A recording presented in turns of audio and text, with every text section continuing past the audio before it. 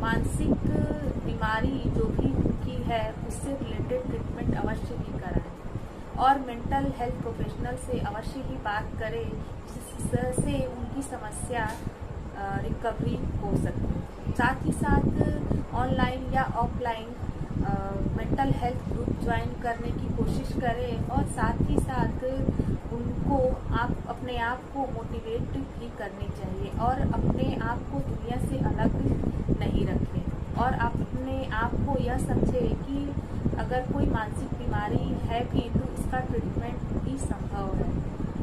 और ऐसे शब्दों का यूज़ बिल्कुल भी ना करें जैसे मैं सिजोफ्रेनिक हूँ, मैं डिप्रेस्ड हूँ। इसके बजाय आप यह कह सकते हैं कि मुझे सिजोफ्रेनिया है, मुझे डिप्रेशन है। ऐसे शब्दों का ही यूज़ करने की कोशिश करें। इस प्रकार से कुछ हद तक मेंटल इलनेस स्टिग्मा को कम किया जा सकता है।